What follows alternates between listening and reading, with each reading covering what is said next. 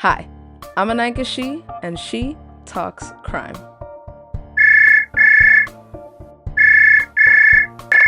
Hello? I want you to imagine with me for a moment. You're 10 years old, you're in the fourth or fifth grade, and the coolest, newest gadget just came out. Whatever was cool when you were in school, whether it was a Tamagotchi, a Nintendo DS, a Nintendo Switch, whatever that was, every kid had it. So you had to have it too. So you run home to your mom and you tell her, Mom, please, I really want to get this thing. It's so, so cool. And your mom, like many other moms, tells you no. I want you to feel what you felt in that moment when your mom told you you couldn't have that one cool thing. Were you hurt? Were you angry? Were you sad? And whatever feeling you feel, I want you to ask yourself, is it enough to kill your mother? That's what today's case is about. In Milwaukee, Wisconsin, 44-year-old Kiana man was shot and killed by her 10-year-old son because she wouldn't buy him an Oculus virtual reality headset and she woke him up 30 minutes before his normal waking time. Let's get into the case. Kiana Mann was a 44-year-old behavioral health care worker who lived in a quiet town in Milwaukee, Wisconsin, in a beautiful two-story home that she shared with her children. She had a daughter, Brianna, who was 26 at the time, and she had a 10-year-old son. Now, in all my research, her son was never named. And this makes sense because in a lot of countries, when a child is charged with a crime as a child, the judicial system will do their best to keep their name and identity hidden so that when that child gets out from serving their time, they have a genuine chance at rehabilitation. Now, this is a pretty controversial kind of topic. Many people feel really opposing about it. I personally feel like their name should probably be put out there because once that child gets out into the real world, they won't face any of the repercussions for what they did when they were younger. They get to roam and live in a society as a well, normal, functioning person, and their coworkers, their friends, and the people that they meet will never know that they committed a heinous act. Versus adults who commit crimes, even after they serve their time, they still face that stigma of what they did in society. They don't get their record expunged, they don't get their identity withheld. They have to face that for the rest of their lives. And I think that that's the main question of this case. How responsible should we hold children for committing heinous acts? But for the sake of keeping track of who's who, we'll just name her son Timmy for now.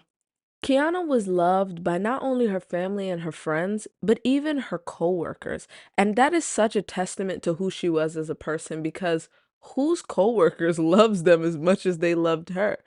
Everything that I looked up about her, people only had positive things to say. Her family describes her as friendly, funny, and approachable.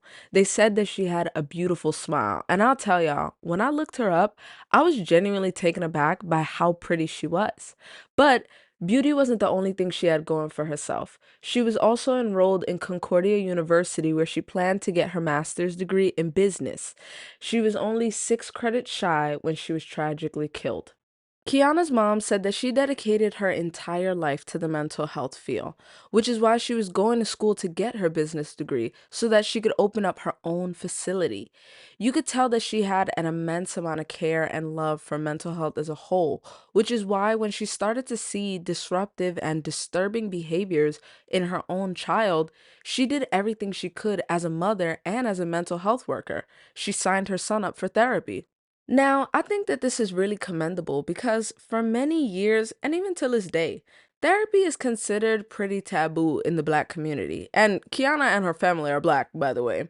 And I think that that's one of the reasons this case stood out to me because it's a testament to the fact that mental health is not a monoracial experience.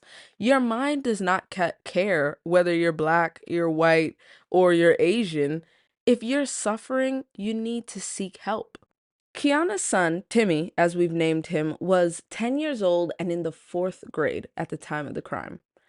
The fourth grade. When I seen that, it literally put it into perspective how much of a child this is. Like an elementary student. Like most 10-year-old boys aren't taller than 5 foot. Most 10-year-olds haven't lost all their baby teeth. And to realize how small he is and to try to envision him committing such a heinous act, it's out of this world. Like it's crazy. His family describes him as a very angry and a very reactive little boy, as they've seen many of his outbursts. One being that when he was 4 years old, he picked up a puppy by its tail and swung it until the puppy cried. And 6 months prior to his mother's death, he got a balloon and filled it with a flammable liquid, set it on fire, and then it set the couch and their rug on fire. Now, this isn't one of those cases where his family and the people closest to him were oblivious or in denial about his behavior and even his potential danger. His older sister said that he had rage issues his entire life. He would get really angry and act out. Another family member said that they knew that something would happen eventually and they wished that they stepped in sooner. At the time of the shooting, Timmy was already in therapy for over a year at that point. Timmy, his grandmother, and his sister have all said that he has 5 imaginary voices or people in his head. To be specific, there's 2 little girls, an old lady, a man, and someone who tells him to do very bad things. Now, all that I just described to you about this 10-year-old is very alarming, very disturbing, and concerning, and seems like it would be an immense amount of work in therapy. Now, his diagnosis was never publicly confirmed. All that was said is that he was given a very concerning diagnosis. Now, this could mean absolutely anything, and I would vouch to say that all mental disorders and illnesses are concerning. But as someone who went to school for psychology, I have a bachelor's degree in it. I've taken many courses on the DSM-5 on various mental illnesses. I don't think that the general public knows fully what it takes to be diagnosed with a mental illness. Now, many people think that if you just present certain symptoms, that's all there is to it. When in actuality, you have to be presenting symptoms and you have to be presenting symptoms for a certain amount of time, and it's dependent on your age. There are certain mental illnesses that won't be diagnosed to someone under the age of 18, such as antisocial personality disorder, ASPD, or more colloquially known as being a psychopath, being a sociopath. It's someone who's experiencing psychopathy. I want to make it very clear that I'm not diagnosing anyone. I'm just giving you guys further context and information that I have that I learned in school. In college, we learned that when a child starts to show symptoms of psychopathy or similar traits to antisocial personality disorder, they will sometimes be diagnosed with ODD, which is oppositional defiant disorder. ODD is described as a childhood behavioral disorder. It's marked by defiant and disobedient behavior. Now, don't get this confused with your regular child that just doesn't listen or can't follow instructions. Children who have ODD are usually angry, are easily angered, and have angry outbursts and tantrums frequently. Now, this makes life for them, their family, their school life, it makes everything just harder for them. They typically show a lot of aggression and tend to have a lot of vindictiveness to them. Also, it's important to keep in mind that not every child that's diagnosed with ODD grows up and develops antisocial personality disorder, but it is typically a marker. Again, I'm not saying that Timmy has ODD. I'm saying that as I was looking up the case and as I listened to what his family described him as, it immediately reminded me of this disorder.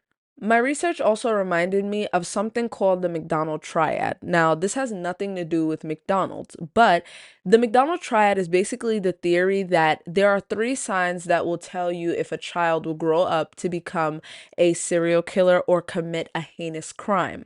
Now, many serial killers and criminals have attested to this theory being true. The signs that you're supposed to look out for is committing acts of arson. So any form of fire setting as a child is one of the markers. The second is committing acts of abuse towards animals, hurting animals, killing them in any way during childhood. And the third and the least scary is wetting the bed. It's typically wetting the bed to a uncomfortable age, like anything past the age of like 9, 10. They typically wet the bed for longer than other children do. Now, when these three things come together, it's a marker, according to the McDonald Triad, that they will grow up to be dangerous. Remembering this theory scared me because I just told y'all he hurt an animal and he set the couch on fire. That's already two of the three. But now, through all this background psychology context that I've given you, I still need you to understand at the end of the day, this is a little boy. A lot of the times when we think about these heinous crimes and these vicious acts, we think about the killer and we just envision them as being the worst person ever, evil. But you need to remember, this is a 10-year-old boy struggling with his mind and not winning. And that's what makes this case so uncomfortable and nuanced because, in general, we all feel like you're not supposed to feel sympathy for a killer, but we all know that you feel sympathy for children. On a regular day like any other, Timmy went up to his mother, Kiana, and asked him to buy him an Oculus virtual reality headset from Amazon. Kiana said no. Now, many people might wonder, oh, did she tell him no because she couldn't afford it? Or maybe she told him no because of his behavior. When in reality, a part of Timmy's treatment plan in therapy was to limit his use of electronics. He was playing very violent and graphic video games, and I would assume that his therapist thought it wouldn't be conducive to his condition for him to be playing games like that. So Kiana denied him the Oculus not out of personal choice, but because she had to. She thought she was doing what was best for her son. But Timmy did not like that. And that night, he went and received the keys to her lockbox that had her gun in it, and he kept it with him. That night, Kiana, Brianna, and Timmy went to bed. And the next morning, on November 21st, 2022, Kiana would wake Timmy up at 6 a.m. He usually wakes up at 6:30 a.m., and this 30-minute discrepancy would be the difference between life and death for Kiana. Timmy was upset. He was so upset that she woke him up 30 minutes earlier than usual that he used that key that he got yesterday, went and received her gun, and went downstairs to the basement where Kiana was and shot her in her eye from 3 feet away from her. Kiana was begging and pleading with her son to just put the gun down, and Timmy claims that he wasn't even intending to shoot her. He says that he was aiming at the wall and that it was a warning. I assume he just wanted to scare her into giving him what he wants and to warn her not to wake him up any earlier again. But he said that Kiana stepped in the line of sight of the gun, like she jumped in front of the gun, and that's how she was shot. She was shot in her right eye and it exited out the back of her skull. After Timmy shot her, he went upstairs to his older sister Brianna's room and told her that something happened. Brianna went downstairs to the basement and found her unconscious mother. She proceeded to call 911. When the police arrived and assessed the scene, they originally said it was an accidental death because Timmy claimed that he was just twirling the gun and it accidentally went off. And due to his age, he was able to just stay with his family. He stayed with his grandma. He wasn't even arrested. It wasn't until the next day. The day after shooting and killing his mother, Timmy logged on to her Amazon account and ordered that exact same Oculus virtual reality headset. He later on confided in another family member and told them that he was in fact aiming the gun, and he apologized for killing his mother, and he wanted to know if his Amazon order had arrived yet. I don't know about y'all. I'm scared. Like, that is bone chilling. Like, It's scary that that's where his priorities lie. That to him, killing his mother and inquiring about his Amazon purchase is on the same level in his mind. His family said that he never cried, he never showed any remorse for what happened to his mother. So it makes complete sense that his grandmother called the police that day. His family was scared of him. They wouldn't want to stay in the same house as him. They're afraid for their own safety. They called the police and he was arrested that day. Now, I told you, he initially told investigators that he was just twirling the gun and that it went off by accident, but he later admitted that he was aiming the gun and that he was actually in a shooting stance. He says that his mother asked him to put the gun down and that he, quote, just didn't listen. Now, when a child commits a crime and they have to go through the entire investigative criminal process, they have to test their competence level. They need to know that this child knows the difference between a truth and a lie, between life and death. They need to know that this child understands the gravity of the situation. And through testing, it was revealed that Timmy knows that guns kill people and that killing is permanent. So at the time of the crime, he knew exactly what he was doing. Now, remember when I told you that Timmy's therapist gave him a concerning diagnosis? After Kiana received that concerning diagnosis, she actually put her house under surveillance. She had home security cameras everywhere. This would be perfect for this crime because it would show us exactly what happened. It could either exonerate this little boy or it'll show us what really happened that day. But miraculously, 2 weeks before her death, all of those cameras were unplugged. We don't know by who, but somebody unplugged all of the cameras, so they're no help to this investigation. Since then, Timmy is being held in a juvenile detention center where he awaits his trial. He's currently 11 years old, but he's being charged as an adult, and he's being charged with first-degree reckless homicide with an alternative charge of first-degree intentional homicide. If he is found guilty, he faces up to 60 years in prison. Again, he's being charged as an adult, but his identity is still being withheld because he still has a possibility to be charged as a child. Until they confirm that he's going to be charged as an adult, they won't release his name. And I don't know if you guys know, but 24 states in the United States don't have a minimum age requirement for certain crimes. So, a 3-year-old baby, like a 3-year-old could kill someone, whether it's accidental or intentional, if a baby could do that. They could kill someone and be charged as an adult in certain states. And I just think that's like kind of crazy. But also, the idea of a 3-year-old baby killing someone is also crazy. So, now in all of my research, his father was never mentioned. So, I don't know how involved he was in his life, but he did attend his hearing virtually, but he said nothing the entire time. So, Timmy's bail was initially set for $50,000, but his legal team requested that it be brought down to 100 because he doesn't have a source of income.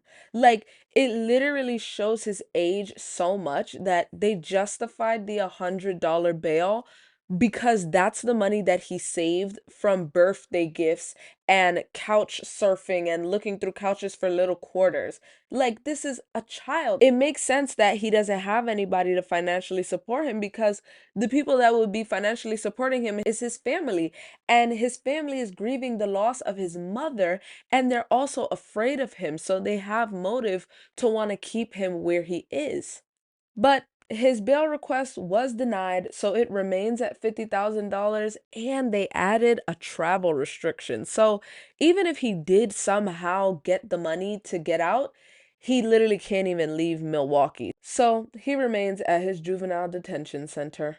In court, his face was kept out of view of all cameras, and it's said that he kept his head down the entire time and remained quiet.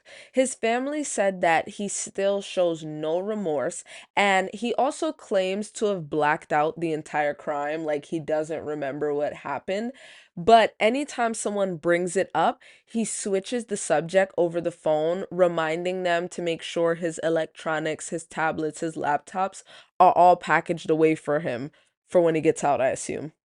Timmy and his legal team has pled not guilty to his first-degree reckless homicide charge, which means he will be standing trial when that time comes. As for Kiana, after hearing about her untimely death, her college, Concordia University, reached out to the family and wanted to present her degree to her posthumously. Her mother was able to walk the stage and accept her daughter's degree in her hand and in her honor. And I think that that is so beautiful. When I was looking up her obituary, I came across a website that lets you donate flowers or send a card or even plant a tree in her memory. So I'll have that linked down below in the description box if you want to do that. I just feel an immense amount of sorrow for this family. Like his grandmother said, it's like she lost two children. It must be so hard for them to not only grieve the loss of their family member, her daughter, but to also grieve the fact that she lost her daughter at the hands of the person her daughter created. And it must be a hard and difficult decision for how to move forward as a family because I'm sure Kiana wouldn't want her family to estrange her son. It just must be a very difficult position. I just hope and pray that Kiana is at peace and that her family can heal. I feel like what makes this case so hard is that it feels like who do we blame? You know what I mean? Because we have a killer, we have a victim, but the killer is 10 years old. You know what I mean? It feels like do we blame the 10-year-old or is there a way he could have been saved? You know what I mean? Was there a better sense of community that he could have gotten? Some better help, maybe. You know what I mean? I don't know. It's all sad. But I'm Anaika She, and I'll see you on the next case. Bye, guys.